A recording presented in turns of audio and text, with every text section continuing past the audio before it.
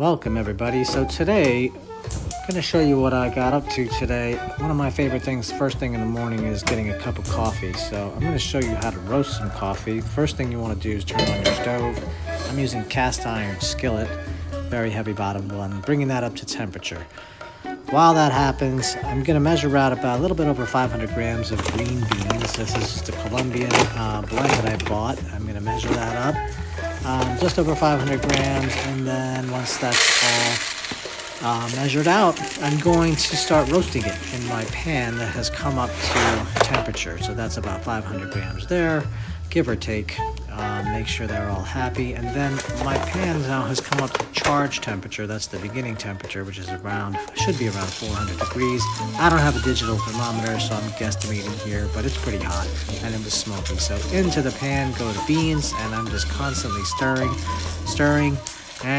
here. So you see the beans go from a green, kind of grassy color, and you're really looking for changes in color here, smoke, aroma, to indicate that chemical reactions are taking place. And what you'll notice over time is that you really want to keep stirring, moving that heat around, moving those beans around to prevent them from scorching and becoming really bitter and basically useless in the end product. So I'm moving them around, I am constantly stirring, and as you see here, slowly over time, the beans are beginning to cook or roast and conduct more heat between each other and becoming more and more brown or roasted right there on the stove top. Keep stirring, keep going, and what happens eventually is as the coffee begins to cook more, to roast, to take on more of that heat, and chemical reactions are happening, we're getting to a place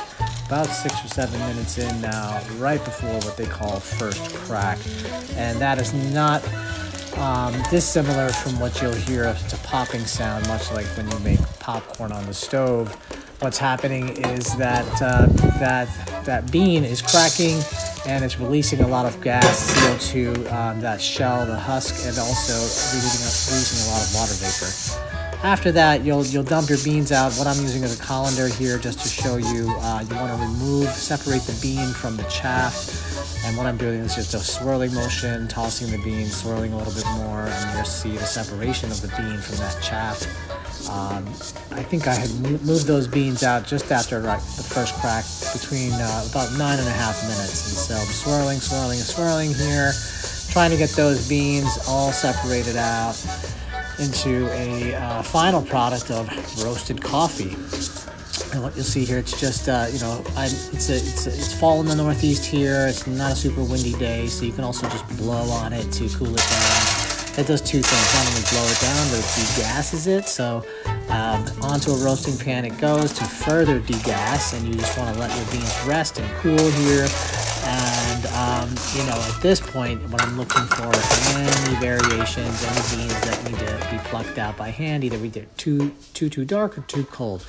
And here's a look at the final product. I've got 2 batches of coffee. I've plucked out some of the really dark, really light beans, and some that just didn't pop at all. So thanks for listening. I hope you enjoy.